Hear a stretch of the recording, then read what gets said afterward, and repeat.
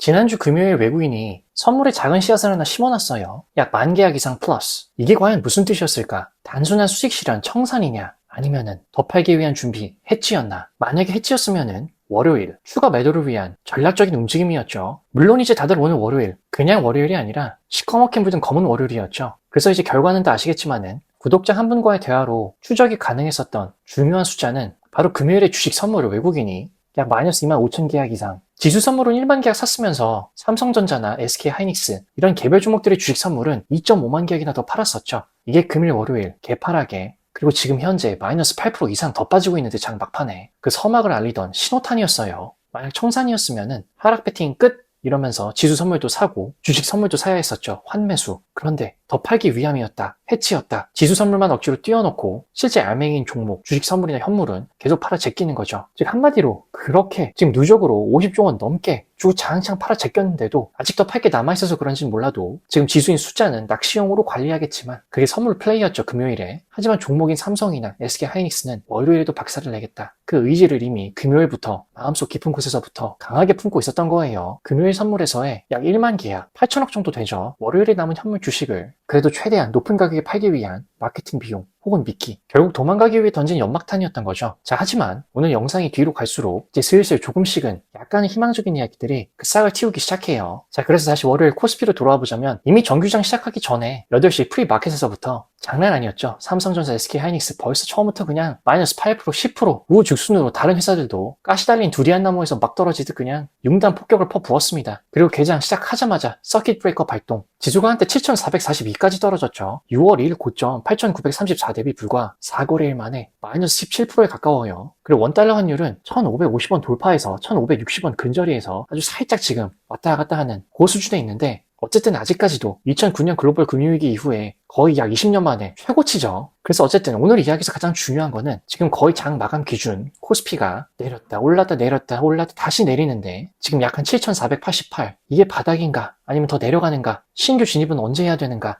이거 손절해야 되는가, 언제 어떻게 다시 난 뭘 해야 되는가, 하나하나씩 후벼 파봐야겠죠. 이미 뭐 주말 사이에는 많은 분들이 불안해 하셨어요. 금요일 밤에도 미국장이 약했죠. 나스닥, S&P 500 출렁출렁 하면서 반도체주들 중심으로 특히 마이크론이 10% 넘게 빠졌죠. 브로드컴 충격, 엔비디아는 이제 앞으로 메모리 줄이겠다고 하는 이상한 뉴스가 나오는데 황 사장님은 일요일날 쉬고 하시느라 바쁘셨고, 아니면 금요일에 삼겹살을 가로로 드셔서 그런지 금일 SK하이닉스와 삼성전자를 구해주실 만한 결정적인 코멘트는 미뤄두신 상황인 것 같아요. 그런데 솔직히 저도 일요일에 가족 모임이 있어서 삼겹살을 먹었는데 이게 애기들 잘라주다 보니까 어쩔 수 없이 비계를 피해서 가로로 자르게 되더라고요. 당연히 정석은 세로로 지방과 살코기를 모두 포함해야 되는데 아끼는 사람한테 좋은 것만 주고 싶다는 생각에 비계가 맛이 없다는 게 아니에요. 그런데 왠지 건강을 위해서는 아이들한테 줄 때는 살코기만 주고 싶더라고요. 아마도 LG 구회장님도 이런 같은 마음으로 황 사장님을 접대한 게 아닌가 조심스럽게 생각해봐요. 그래서 이미 주말 사이에 이 반도체 수요 조정 관련된 뉴스, 그리고 지지부진한 중동 지정학 리스크, 모든 개미분들의 불편하고 괴롭고 무서운 그 심리가 월요일 아침 개장 전의 심리였죠. 환율도 그냥 계속해서 외국인 입장에서 한국 주식 들고 있는 걸 불편하게 만들어주고 있고요. 환추성까지 겹치면 이중 손실을 의미하죠. 그러다 보니까 이미 모두들의 마음속에서는 대규모 매도 주문을 쌓아놓고 있었어요. 그래서 개장과 동시에 바로 코스피 지수가 개파락하고 말죠. 9시에 그냥 7,442를 수직 낙하해서 때려버립니다. 열자마자 마이너스 7%, 8%. 솔직히 이건 인간이 손으로 클릭해서 낼 수 있는 속도가 아니에요. 알고리즘 트레이딩이 동시에 실행된 거죠. 서킷 브레이커 1단계 발동이 될 수밖에 없죠. 전일 대비 8% 이상 하락한 상태가 1분 이상 지속. 그렇다면 20분간 전 종목 거래가 중단되면서 10분 호가 접수 후에 단일가 처리가 되죠. 자, 그리고 여기서부터가 정말 재밌어지는데 서킷 브레이커 해제 이후에 수급의 극적 반전이 시작됩니다. 9시 40분경쯤에 프로그램 비차익 매수가 약 플러스 7,700억, 금요일 마이너스 1.9조랑은 정반대죠. 서킷 브레이커 해제 직후에 비차익 프로그램 매수가 폭발한 거예요. 그리고 정말 중요했던 부분, 외국인 현물이 플러스 2,200억 정도 순 매수가 들어왔어요.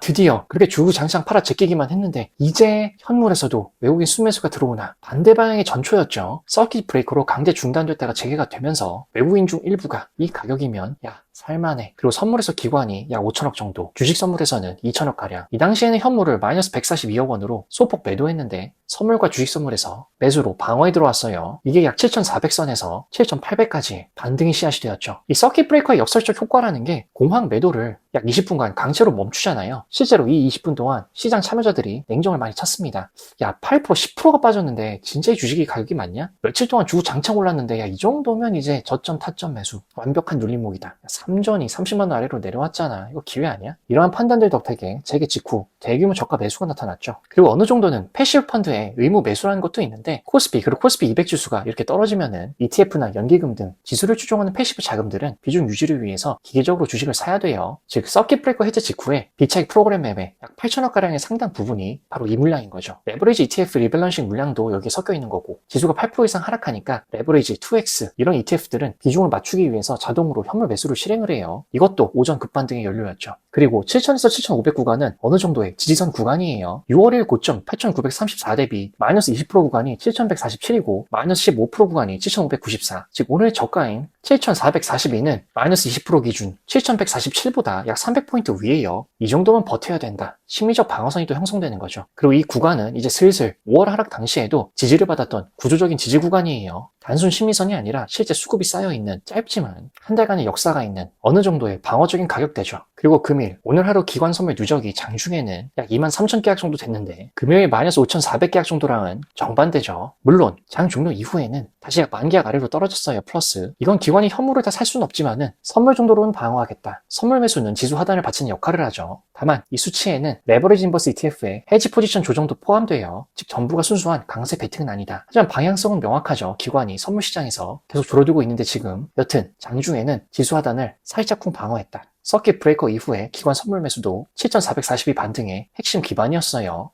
그런데 10시 38분 정도 이후부터는 분위기가 살짝 바뀌죠. 프로그램 차익 거래가 마이너스 3천억 정도, 비차익 플러스 1,500억 정도, 전체 프로그램이 마이너스 1,500억 정도 순매도 전환이 돼요. 약 1시간 전에 비차익이 7,700억에서 약 1,500억으로 급격히 줄었고 차익 매도는 오히려 마이너스 3천억으로 급증. 한마디로 저가 매수 세력이 조금씩 줄어들고 차익거래 청산 세력분들이 반등을 이용해서 팔기 시작했다는 뜻이죠. 그러다 보니까 반등이 8천선 약간 아래에서 숨 턱 막히듯 막혀버렸죠. 그런데 재밌는 점은 나중에 이 숫자들이 또 반전이 되죠. 지수는 그래서 지금 계속 빠지고는 있지만은 오늘 수급의 가장 중요한 발견은 일단 첫 번째, 외국인 매도가 줄었다. 외국인 현물 순매도가 여차저차 했지만은 오늘은 약 마이너스 3천억이 지금 안 돼요. 굉장히 많이 줄었죠. 그동안 계속 금요일에는 마이너스 4조, 목요일 마이너스 7.7조, 수요일에는 마이너스 8조, 역대급 그렇게 50조 원 넘게 주고 장창 파시던 외국인들이 오늘 그 수치가 상당히 많이 줄었습니다. 드라마틱하죠. 다만 여기서 냉정하게 해석해야 되는 거는 장 초반에 서킷 브레이커로 20분간 거래가 중단됐었죠. 그 20분이 하루 거래량에서 빠진 거예요. 또한 오전에 이 서킷 브레이커 직후에 외국인 일부가 역매수를 했다가 오후에 다시 매도로도 돌아섰죠. 이 복잡한 흐름이 섞여서 지금 약 한 마이너스 3천억가량 이게 진짜 매도 멈춤인지 거래 중단 효과인지 아니면 외국인이 이미 팔 만큼 팔아서 잔여 물량이 줄어든 것인지 솔직히 하루 데이터만으로는 단정할 수 없습니다. 하지만 방향은 분명히 긍정적이에요. 만약 내일도 내일 모레에도 외국인 현물 매도가 이 정도 수준으로 유지가 된다. 그리고 혹시나 기분 좋게 순 매수로도 전환이 된다. 외국인 매도 사이클 종료의 첫 번째 신호탄이 될 수 있는 거죠. 그리고 금일에는 코스피가 약 마이너스 8% 넘게 폭락하는 와중에도 네이버가 약 한 10%가량 폭등했죠. 물론 네이버가 급등한 이유도 워낙 훌륭한 회사고 AI 브리핑, AI 탭 광고 수익화 이러한 일정이 구체적으로 확정된 것도 있지만은 물론 AI 검색에서 광고 클릭률이 일반 대비 2.5배 높게 나왔다는 데이터. 다만 더 중요한 건 맥락이죠. 반도체 하드웨어 AI가 폭락하는 날에 소프트웨어 플랫폼 AI가 왜 폭등했을까? 글로벌 자금 입장에서는 솔직히 네이버나 카카오 같은 이런 소프트웨어나 플랫폼 AI들이 AI 하드웨어나 반도체 인프라만 주고 장상 밀어주다가 많이 소외됐었잖아요. 야, 이쪽 밸류에이션 높으니까 빼는 동안에 잠시나마 많이 눌러놨던 이 서비스 플랫폼 숫자도 저편 까잖아. 야, 한 입, 두 입 정도 먹어. 즉 하락하는 와중에도 단기 섹터 로테이션의 방향이었죠. 삼성전자나 SK하이닉스처럼 주구 장창 올라갈 여력이 되어줄지는 모르겠지만은 잠시나마 단기적으로 이 섹터 로테이션의 주인공이 되었어요. 그래서 금일 하락에서 가장 중요했던 숫자들 마이너스 8%, 마이너스 10% 이게 빠진 게 중요한 게 아니에요. 중요한 거는 우리가 언제 다시 무릇하냐, 손절을 하냐, 참여를 해서 이번에는 나도 삼전 닉스를 먹어보겠다. 그 흐름에 동참하는 게 중요한 거겠죠. 그래서 아직 애프터마켓이 끝난 건 아니지만 현재 외국인 순 매도 금액이 줄어든 것과 동시에 두 번째로 중요한 숫자들 프로그램 매매 일별 현황이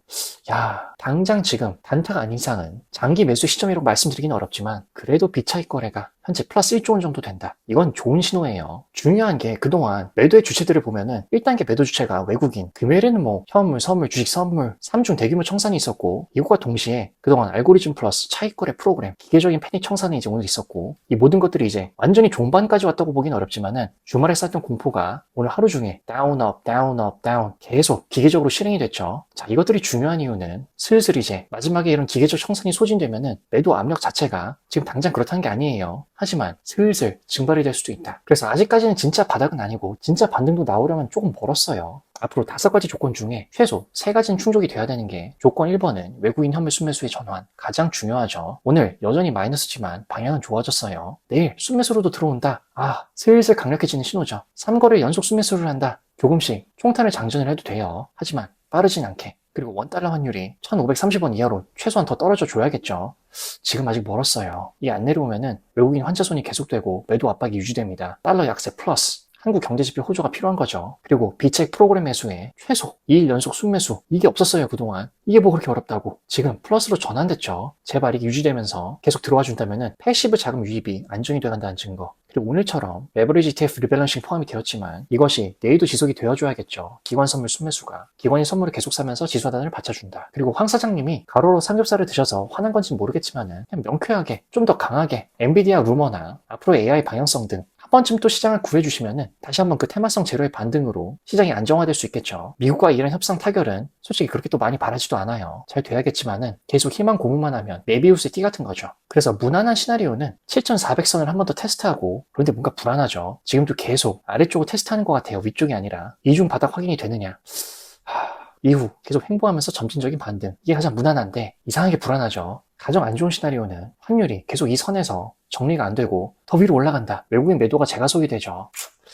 이후 7,000, 6,000 후반대 구간까지 추가 하락. 그래서 지금 당장 전량 매수는 하지 말아야 되고, 이유는 하나죠. 외국인 매도가 종료됐다는 확인이 없어요. 오늘 많이 줄었지만은 내일 다시 조 단위로 늘어날 수도 있는 겁니다. 차익거래 청산 물량도 아직 남아있을 수 있어요. 그래서 일단은 언제 들어가냐. 여태까지 참았잖아요. 아직까지는 탐색 단계다. 아무것도 사지 않고 지켜봅니다. 외국인 현물 매도, 규모, 환율 방향, 비책 프로그램 추이를 실시간 리얼타임으로 지켜봐야겠죠. 그럼 얼마나 이 시장의 속내가 복잡한지, 매수 매도 주체들이 얼마나 그 탐욕이랑 공포에 의해서 왔다 갔다 하는지, 그리고 이중바닥 확인 시에는 도무지 내가 못 참겠다. 그렇다면 어쩔 수 없이 소량이라도 첫 매수를 해야겠죠. 하지만 그래도 일단은 탐색을 해보자. 외국인이 본격 매수를 하고 나서도 그때 들어가도 절대 늦지 않습니다. 그래서 기존에 삼전 닉스 현물 보유자분들이시라면은 지금 6월 2일 고점 대비 각각 마이너스 15%, 20% 구간이죠. 솔직히 장기 관점으로 들고 있다면은 굳이 지금 팔 이유도 없습니다. 다만 추가 매수는 더 내가 포션을 늘려나가고 싶으면은 외국인 매도 종료 확인 이후에, 그리고 SK 하이닉스는 향후 나올 2분기 실적이 또 재평가가 될 분기점이죠. 그래서 금일 일단 이 7,442는